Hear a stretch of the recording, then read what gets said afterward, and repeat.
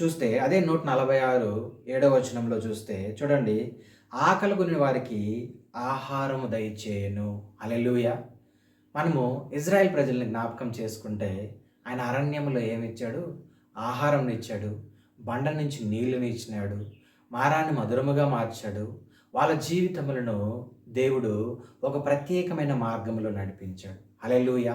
అదే విధముగా చూడండి, ఆకలిగొని వారికి ఆహారమును దయచేయను అంటూ ఉన్నాడు. మనిషికి 2 రకాలైన ఆకలుంటాయి.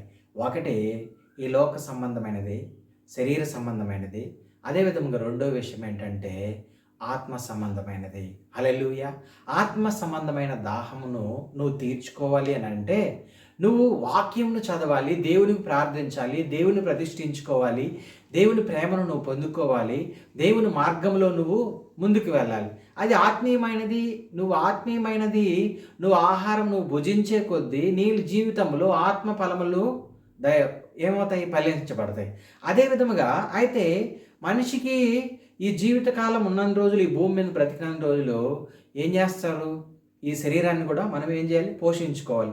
అదే అంటూ ఉన్నాడు, ఆకలిగొని వారికి ఆహారమును దయచేయను. హల్లెలూయా!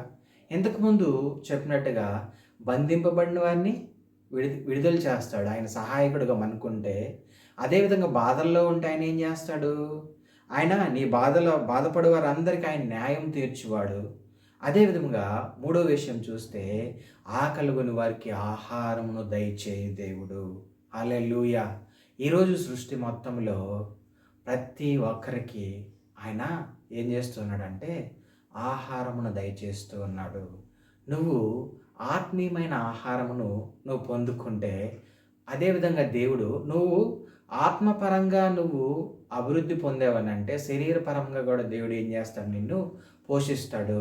నిన్ను ఆత్మీయంగా ఐశ్వర్యవంతుడిని చేసిన తర్వాతే శరీరపరంగా దేవుడు ఏం చేస్తాడు? నిన్ను శరీరపరంగా భౌతికమైన ఐశ్వర్యవంతుడిగా కూడా చేస్తాడు. అయితే నువ్వు జ్ఞాపకం చేసుకోవాల్సింది ఏంటంటే నువ్వు ఆకలిగొని ఉన్నావా? అయితే నీకు ఒక ఆకలి ఉండాలి.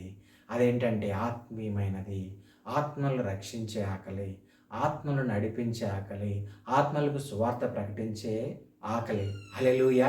దేవుడు ఇక్కడ ఆయన ఏం చేస్తున్నాడంటే ఆహారము దయచేయును అని అంటూ ఉన్నాడు. మనం ఒకసారి జ్ఞాపకం చేసుకుంటే ఇక్కడ చూడండి, ఆకలిగొని వారికి ఆహారము దయచేయును. చూడండి 145:15 వచనంలో ఒక మాట ఉంటుంది. ఏమనంటే సర్వజీవ కనులు నీ వైపు చూచున్నవి, తగిన కాలమందు నువ్వు వారికి ఆహారము ఇచ్చెదవు.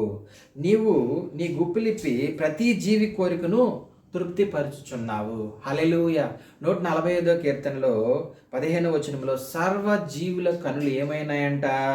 ఆయన వైపు చూచుచూ ఉన్నాయి. తగిన కాలమందు నువ్వు వారికి ఆహారం ఇచ్చి వారికి ఏం చేస్తావు? తృప్తిపరిచెదవు.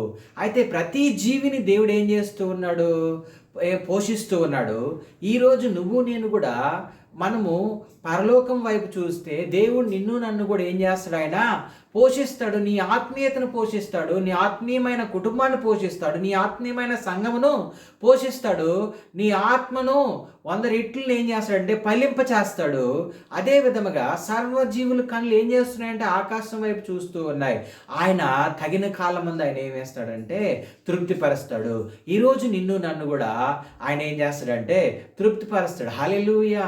ఆత్మీయమైన మేలులతో, ఆత్మీయమైన తలంపులతో, ఆత్మీయమైన ఆశీర్వాదాలతో దేవుడు నీకు ఆకలి ఉండాలి, దాహం ఉండాలి, అది ఆత్మీయమైనది ఉండాలి. నువ్వు దేవుణ్ణి వెతికితే, దేవుని పరంగా ఆకలి కొని ఉంటే ఖచ్చితంగా నీ ఆత్మలో నువ్వు వర్ధిల్లే కొద్దీ దేవుడు నిన్ను ఐశ్వర్యవంతుడిని చేస్తాడు. హల్లెలూయా! నిన్ను ఐశ్వర్యవంతుడిని చేస్తాడు. అదే విధంగా ఇజ్రాయెల్ ప్రజలకు కూడా వాళ్ళు అక్కడ పడిన కష్టమును దేవుడు దృష్టిలో ఉంచుకొని అక్కడి నుంచి వాళ్ళని విడిపించి వాళ్ళకి కావాల్సిన టైంలో వాళ్ళకి ఆహారం ఇచ్చినాడు, నీళ్ళు ఇచ్చినాడు. ప్రతి ఒక్కటి దేవుడు వాళ్ళకి దయచేసి వాళ్ళకి వాగ్దానం చేసిన దేవుడు పాలు తేనెలు ప్రవహించే కనాను దేశంను కూడా వాళ్ళకి ఇచ్చాడు. హల్లెలూయా! వాళ్ళకి దేవుడు వాగ్దానం చేస్తాడు. ఏమనంటే ద్వితీయోపదేశకాండం 6:10లో ఉంటుంది, నువ్వు కట్టన పురముల్లోకి నువ్వు వెళ్తావు. హల్లెలూయా! నువ్వు పండించిన పంటను నువ్వు తింటావు. ద్రాక్ష తోటలు నీకు ఇస్తాను. అదే విధముగా పాత పంట ఉండగానే కొత్త పంటను నీకు ఇస్తానని చెప్పి దేవుడు వాళ్ళకు వాగ్దానం చేశాడు.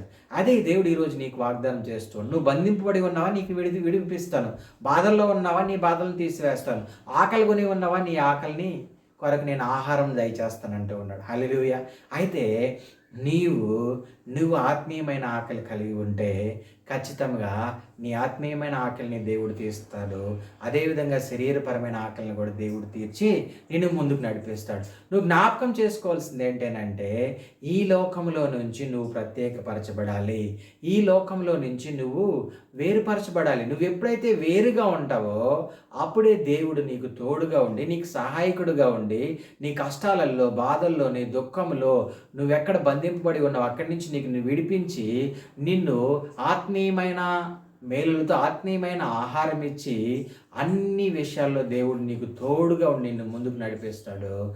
దేవుడి కొద్ది మాటలు దీవించును గాక.